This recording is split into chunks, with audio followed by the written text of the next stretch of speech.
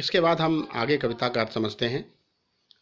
कविता एक खिलना है फूलों के बहाने, कविता का खिलना भला फूल क्या जाने। जिस प्रकार से चिड़िया कविता लिखने का एक उपकरण है, अपनी कल्पनाओं को व्यक्त करने का एक उपकरण है, उसी प्रकार से फूल भी है।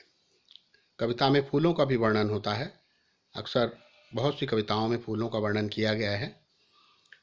तो ये जो फूलों का जो खिलना है, जो कविता में वर्णन किया जाता है, वो एक प्रकार का बहाना है, एक उपकरण है, जिसके द्वारा कवि अपने मन की भावनाएं, अपनी कल्पना व्यक्त करता है, प्रकट करता है।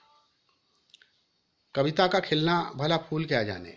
फूल इस बात से अनजान है कि कविता भी खिल सकती है।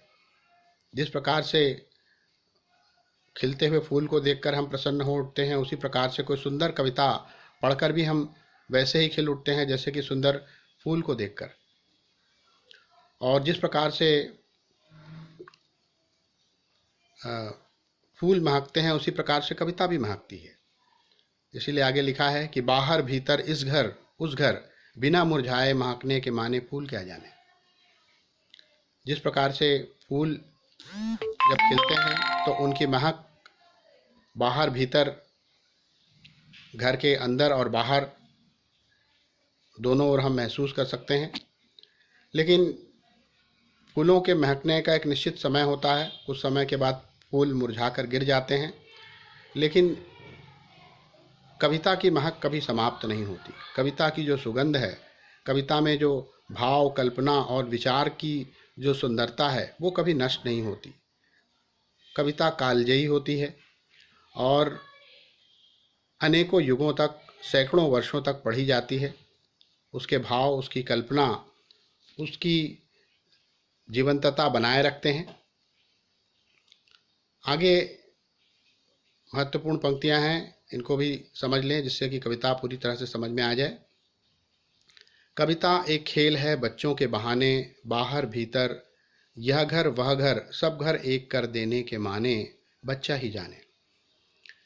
कविता को हम एक खेल कह सकते हैं जो बच्चों के बहाने प्रस्तुत किया जाता है। अगर कविता की तुलना की जाए तो शायद बच्चों के खेल से की जा सकती है, क्योंकि जिस प्रकार से बच्चे जब खेलते हैं तो घर के अंदर और बाहर खेलते समय दोनों को एक कर देते हैं।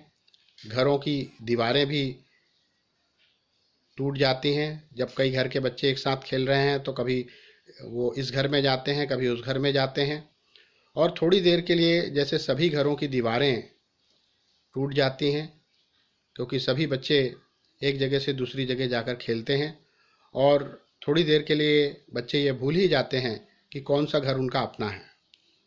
वो सब घर को एक कर देते हैं। सारे घर जैसे मिलकर थोड़ी देर के लिए एक हो जाते हैं उन बच्चों के लिए। बचपन में आपने कभी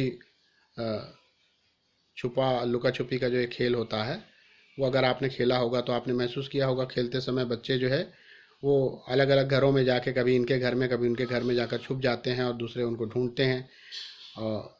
या कभी कभी ऐसा भी होता है कि एक घर के बच्चे दूसरे घर में आकर एक साथ खेल रहे हैं और थोड़ी देर के लिए सारे बच्चे यह भूल गए हैं कि वह घर किसका है।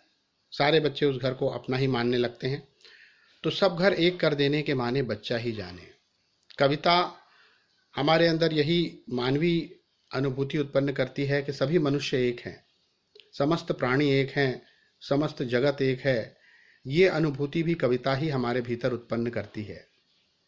कविता की एक खास बात है कि वह हमारे अंदर उसी प्रकार से समरसता की भावना उत्पन्न करती है, हमारे अंदर वैसे ही मानवीय एकता की अनुभूति उत्पन्न करती है। जिस प्रकार से बच्चों के खेल में एक अनुभूति उत्पन्न होती है, जब वह खेलते हैं तो सब मिलजुल कर खेलते समय सारा घर भूल जाते हैं, उसी प्रकार से कविता जब हम पढ़ते हैं तो कविता पढ़ते समय हमको ये याद नहीं रहता कि ये कविता लिखने वाला कवि कौन है, इसकी जाति कौन है, कौन सा है, धर्म कौन सा है, किस भाषा के कवि हैं। वास्तव में कविता के रसस्वादन करते समय हम सब कुछ भूल जाते हैं और केवल कविता हमें याद रह जाती है। तो इस प्रकार से ये हमारी मानवीय अनुभूति की एकता को जो है प्रकट करने का एक माध्यम है। ये इस कविता में कहने का प्रयास किया गया है। तो बच्चों, आपने इस कविता का अर्थ समझ लिया है। अब आप इस कविता का संक्षिप्त भावार्थ आप अपने शब्दों में लिखेंगे और उसके बाद फिर हम प्रश्नोत्तर के माध्यम से कविता को समझेंगे।